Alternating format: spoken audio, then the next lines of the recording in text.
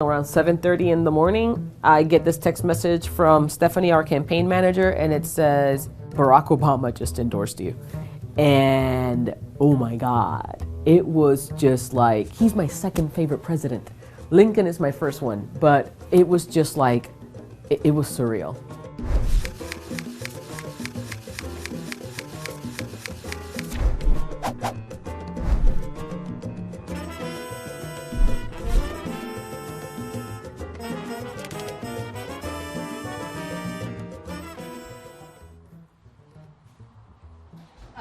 Getting ready to do some therapy.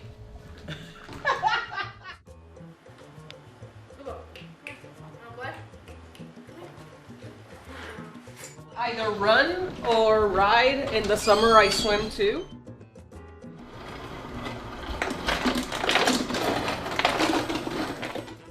Actually, my campaign team knows. They're like, have you gone for a run or a ride today? Have some lunch. I'm gonna get a shirt on.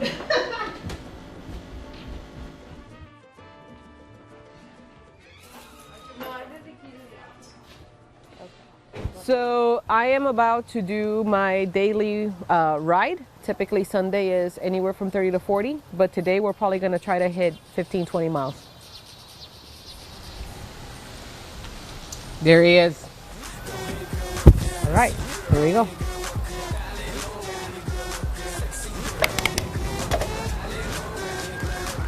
I wouldn't say that coming from Puerto Rico to Kansas changed my politics. I think that it helped me understand that I had a voice. Lo que piense la gente de mí. Es mi vida, yo soy así. Simón, me vale lo que piensen y hablen de mí. People look at me, and obviously one of these things is not like the other in Kansas. What I've learned is the stories are the same. But that was fun.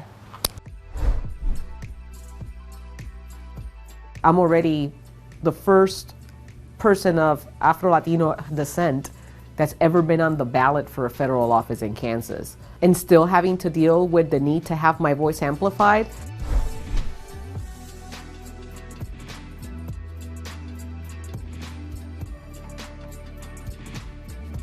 We are now going to meet some businesses in Leavenworth. I'm looking forward to that. I love talking to our local businesses. And I'm seriously considering my wardrobe options because it's hot out there. It's interesting. People automatically making, having an expectation on how they think that I should sound, the way that I dress, the way that I talk.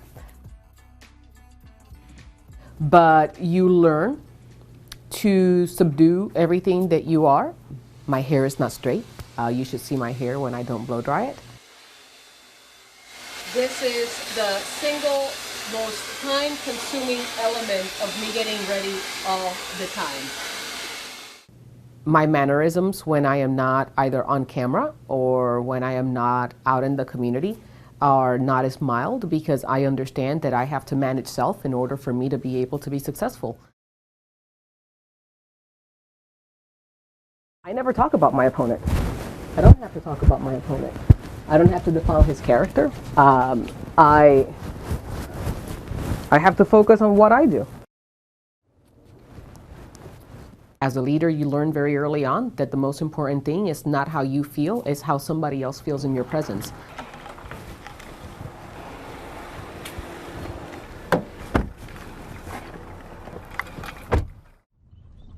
My hope is that I don't have to hear about any firsts anymore because our country eventually is going to understand that representation matters. I want to wake up in the morning and watch a president that can speak to the people of America and unify them and not feed division. No tall order. I think assumptions that people make out of me is, I live in Topeka, do I understand the issues in rural communities? You're Hispanic, how do you feel that you're going to be able to connect to people? You're a Democrat, you're anti-gun. I mean, whether you're Republican, you're Democrat, you're white, you're black, families are trying to figure out how they're going to provide health care for their families.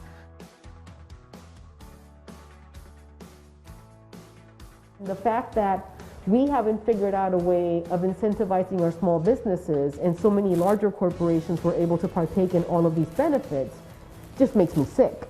So many people are out of work. As an educator, I feel like I'm working at least 2 full-time jobs right now. So the number one thing for me is healthcare, making sure that the Affordable Care Act is still available. We must have a unified message on COVID, and we must come up with relief for our small businesses, because COVID is not only a health issue, it's a health and economic issue. You would have expected that meeting with a group of businesses, they would have said, give us business incentives, and it wasn't that at all. It was like help families, because helping families, it comes back to us.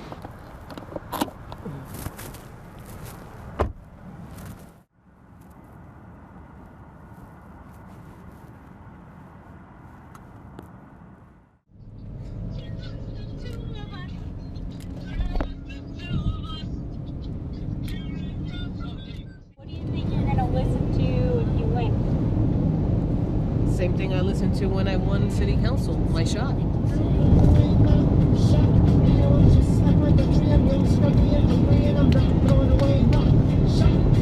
Take a shot. Just by virtue of being Puerto Rican, I am black from Spain and Taína. When you look at my DNA, I am, I think, mostly Spaniard and black. People want to put you in a box. In Puerto Rico, my grandmother from New York used to call me La Negrita because I was the darkest one in the house. But aside from that, everybody in Puerto Rico is all different colors, and you don't address people by telling them, oh, you're the Caucasian one, or you're like the blonde one. So for me, this whole concept on how do I address you and how do you consider yourself in the construct of your race and your ethnicity in a state and in the nation, to me is a completely new concept. I don't know what you're doing. You made everything over out. My house and my kids are my safe place.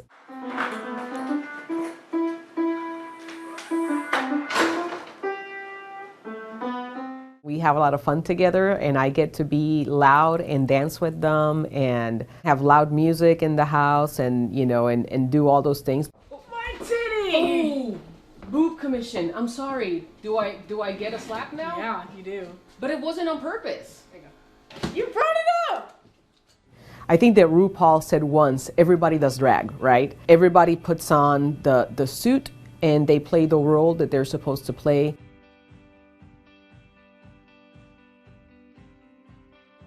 And in the end, you do it not because it's about you. You do it because your heart wants to do something better for the community. Your heart understands that in order for you to be able to accomplish something, it's not about you. You need to, figure out a way that everybody feels comfortable so that you could accomplish things. So asking me to tell somebody, no, you need to adapt to me, I don't think that's not my sentiment.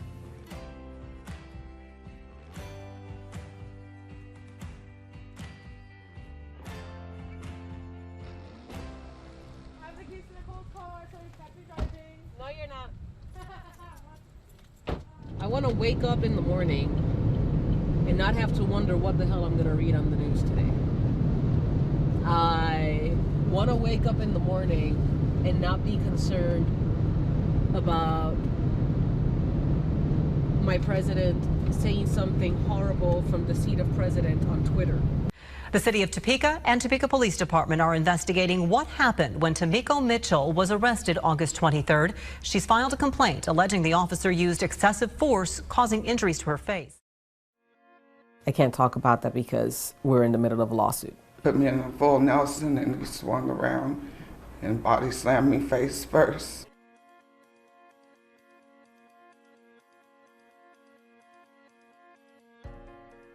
Police officers are important, and they are heroes in our community, and I am ever grateful, especially for the Topeka Police Department. I have the best people in the city of Topeka. But it doesn't preclude me from saying what I feel, which is that Black lives matter. In our country, we are seeing men predominantly being killed and in many cases by the hand of bad cops. And it's not just about the cops. It's time for us to understand our history, and it's time for us to right our wrongs. We have families suffering and dying, and it's time for us to do something different. Going to Lawrence, Kansas. We're gonna have a little rally at the park.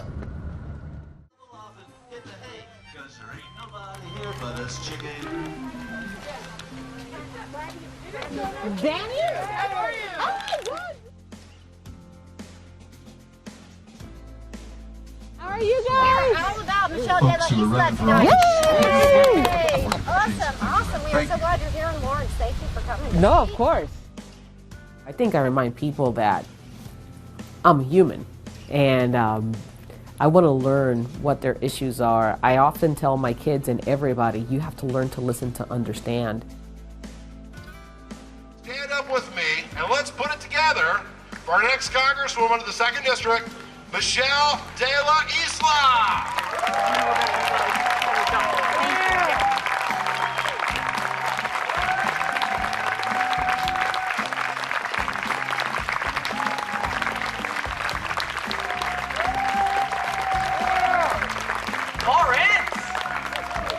In the house? How are we all doing today? We're doing good? Oh yeah. When I've talked to individuals that kind of are on the fence and they don't think that I'm the right candidate, I just listen to what their concerns are. And then we end up finding that we have a lot more in common. This country has lost its way. But I have hope because you're here. That's the beauty of this country. In this country, you have the ability to have your thoughts, and you have the right to vote, a right that was fought for, a right that only 100 years ago women didn't have. All I care about is that people turn out and vote. You know, she said she can't be anyone's hero because that's not her place. She'll bring a sense of hope, a sense of normalcy. Get people to get out there and get people to be kind to their Republican brothers and sisters, so that they understand that, you know what, you're getting wrong information and it's okay. I respect your opinion.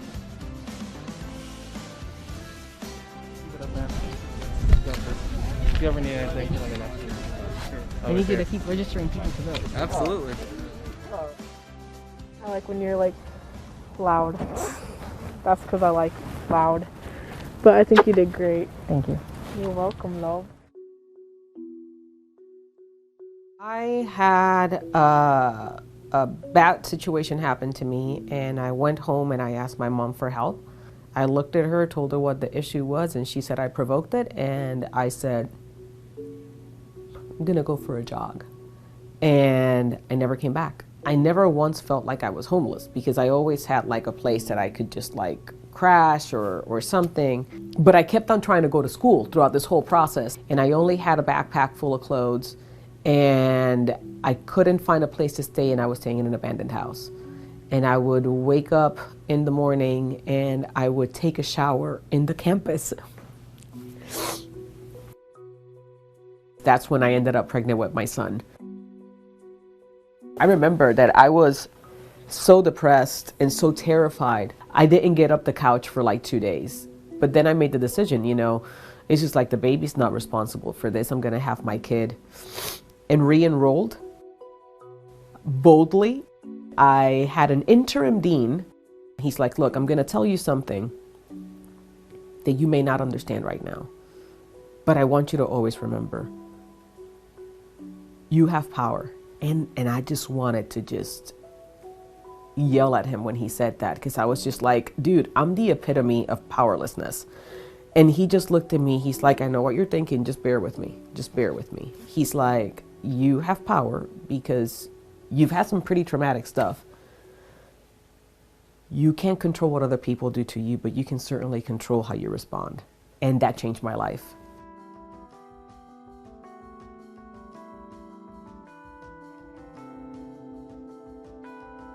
When little Eric was born, I was able to apply for a whole bunch of programs, and that's when I started breaking homelessness. It's surreal to think that I didn't even know that I was homeless, and how many other people are in the same position that I am and have no idea, because you're just in survival mode.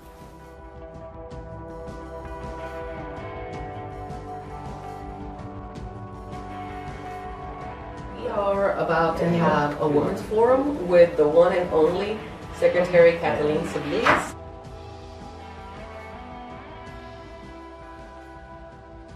By presenting our next congressman in the 2nd District, Michelle Isla. Good morning. It is such an honor. I still get kind of like chills when I have Kathleen Sebelius introduce me. Whenever things get really hard, I always remember that God always sends somebody. God always sends an angel. God always opens up a door, and there's always a way.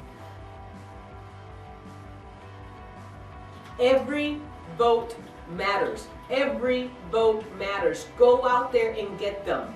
You may call it karma, you may call it, coincidence, you just may call it luck. But whenever things get really hard, I always think of the beautiful people that have been in my life. That's a big source of strength. I mean, just knowing how much I have to repay back. Baby! Hi, mamas! How was school? It's been a hard race, but you've held up really well, and I'm really proud of you.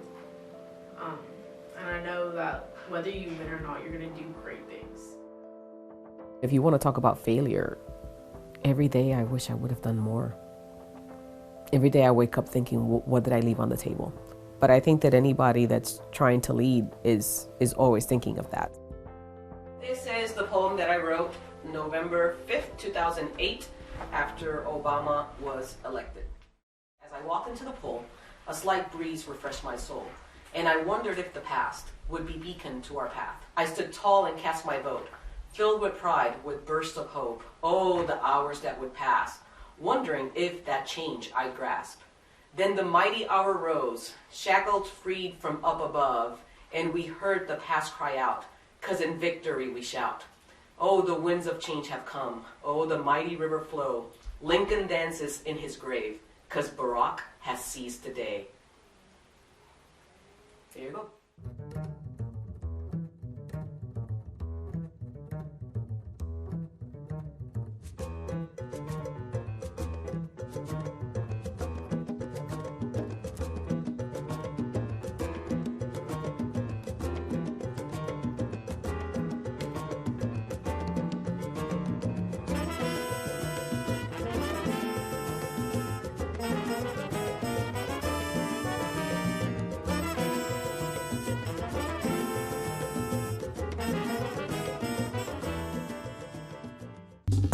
Well, hey there, GMA fans. Robin Roberts here. Thanks for checking out our YouTube channel. Lots of great stuff here. So go on, click the subscribe button right over here to get more of awesome videos and content from GMA every day, anytime. We thank you for watching, and we'll see you in the morning on GMA.